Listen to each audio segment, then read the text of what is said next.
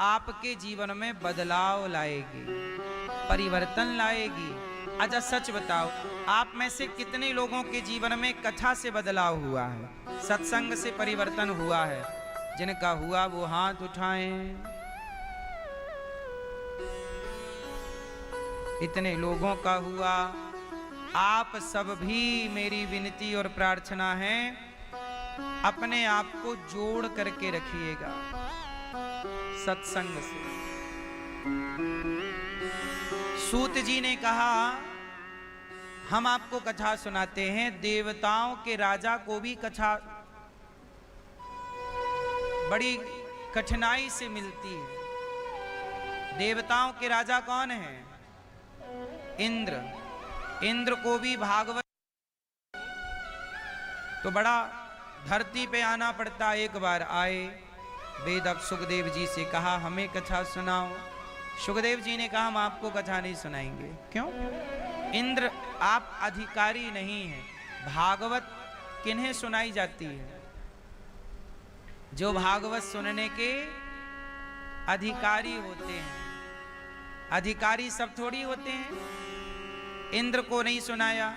इंद्र ने सत्यलोक में तराजू बांधी, भागवत को तौल कर देखा, भागवत जी का पलड़ा भारी।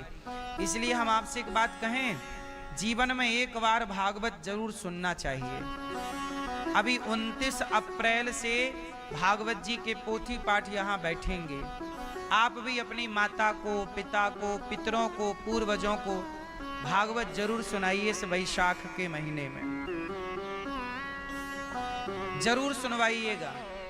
भागवत जी का अनुष्ठान यदि आप कराते हैं तो आपके जीवन में जितनी बाधाएं हैं, जितना कष्ट है, भागवत जी सारा कष्ट हर लेती हैं। इसलिए एक बार ये भागवत जी के पोथी पाठ आप सबको जरूर कराना चाहिए, सबको कराना चाहिए। मैं भी हर महीने 2 पाठ कराता ही कराता हूँ। 12 महीने भागवत जी का पाठ हमें, ये अनुष्ठान है।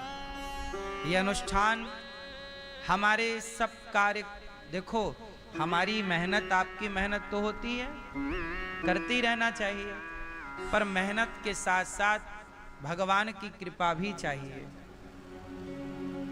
नहीं चाहिए? तो भागवत जैसे परीक्षित जी ने सुनी, उनका उद्धार हुआ। धुंधकारी ने सुनी, उनका उद्धार हुआ। भागवत से जो काम जीवन में आपके नहीं हुए, वो भागवत के अनुष्ठान के बाद भागवत जी उसे सिद्ध कर देती। ये अनुष्ठान है। जरूर एक बार अपने माता पिता पितरों को, या आप भी जीते जी भागवत सुन लो। तो अभी 29 अप्रैल से आप भी अपने माता पिता को भागवत सुना सकते हैं। और कार्तिक के माह में 84 कोस की परिक्रमा होगी, तो आप भी चल सकते हैं। 84 कोस अर्थात 27 अक्टूबर से 12 नवंबर तक 84 कोस की यात्रा रहेगी। 27 अक्टूबर से 2 नवंबर तक आप भी 84 कोस की यात्रा में, परिक्रमा में गाड़ियों से होगी। 7 दिन की यात्रा चलिएगा। तो कहने का अर्थ ये है कि भागवत जी को तौल कर इंद्र ने देखा, आंखों से चंचल हो चुके हैं, कानों के चंचल हो चुके हैं, वाणी के चंचल हो चुके हैं। आपकी आंखों पर आपका कंट्रोल नहीं रहा। आंखों पे कंट्रोल रखिए। जो देखने योग्य है वो देखिए, जो देखने योग्य नहीं है वो मत देखिए। जो सुनने योग्य है सुनिए, कथा सुनिए, व्यर्थ की बातें, निंदा चुगली ना सुनिए, व्यर्थ का ना बोलिए। कलयुग है, नहीं जी नहीं है, झूठ बोल रहे हैं, है ना। माना कि वहां लिविन है, लिविन में रहना गलत है, लेकिन लिविन में है, पर वो बता रहे हैं कि हम लिविन में हैं। अब यहां आप हो भी हो, बता भी नहीं रहे हो। पत्नी को धोखा, वहां पत्नी को कोई धोखा नहीं है, पति को कोई धोखा नहीं। चल भाई तेरा हमसे मन नहीं लग रहा तो तलाक दे, छोड़, हम दूसरे के संग, दूसरे, वहां ऐसा सेटअप है। अब यहां मन नहीं लग रहा तो भी रहना ही पड़ेगा, है ना। इसलिए जो सनातन की मर्यादाएं हैं वो आपने तोड़ दी। भाई विवाह के पहले विचार कर लेना चाहिए, जिससे अच्छा बने उसके साथ विवाह करो, फिर सारी जिंदगी उसी के साथ रहो, धोखा नहीं, है ना। वहां पर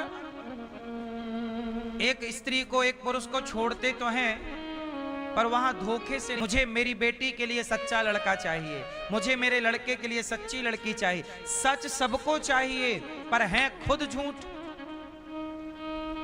खुद झूठे हैं और चाहते सच है। कैसे काम बनेगा? सच को प्यार करते हो, सच चाहते हो तो स्वयं भी सच्चे बनो। सही है कि गलत है? इसलिए कहता हूं मेरी मां, मैया जी झूठ मत बोलो, प्रभु के पास जाना है। भैया जी झूठ मत बोलो, प्रभु के पास जाना है। न हाथी है न घोड़ा है, वहाँ पैदल ही जाना है। मैया जी झूठ मत बोलो, मैया जी झूठ मत बोलो, भैया जी झूठ मत बोलो, भैया जी झूठ मत बोलो। खा रही है, कहाँ गई गाय की रोटी? चोरी की है आप लोगों ने, गाय की रोटी हड़प ली। क्या ये हिसाब ईश्वर नहीं मांगेंगे?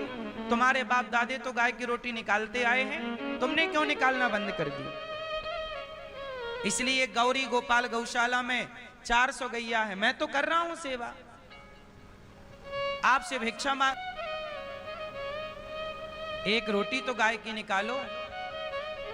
गाय का चारा भूसा हम लोग साल भर के लिए गाय का चारा स्टॉक करते हैं।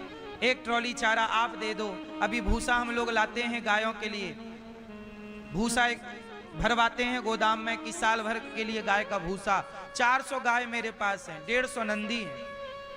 कौन सेवा करेगा? आप एक गाय के नहीं कर पा रहे हैं, क्यों नहीं कर रहे हो? करो, आप करो सब, तो फिर क्या जरूरत है गौशालाएं बनाने की? आप एक एक गाय की सेवा भारत का प्रत्येक व्यक्ति करे तो गौशालाएं बनाने की जरूरत ना हो। सब लोग अपनी अपनी माओ की सेवा करें तो वृद्धाश्रम बनाने की जरूरत ना हो। लेकिन आजकल व्यक्ति अपने धर्म पे चल कहां रहा? चोरी कर रहा है, पैसे कमाएगा, गलत तरीके से कमाएगा, और 1 रुपए भी किसी को रोटी देने के लिए कहेगा कि मैं क्यों दूं?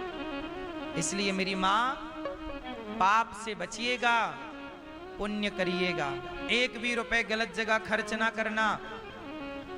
आप पैसा लेते हो, बकरा खरीद के ले आते हो, पैसे भी खर्च होते हैं। बकरा खरीदा, उसके प्राण गए, तुमने पाप खरीदा। बकरा क्या खरीदा? पाप खरीदा। भाई तुमने उसकी गर्दन काट दी, खा लिया, तो पैसे भी खर्च हुए, और पैसे से मिला क्या? चाहिए। हम क्यों किसी का खाएं? क्यों कर्जा रखें? जितना पांव उतना चादर। बोलो हाँ। ईमान मेरा मानना है, पैसे कमाओ, तरक्की करो, सब करो, पर धर्म के रास्ते में रहकर करना, है ना। ये नहीं कि झूठ बोलने लग जाओ,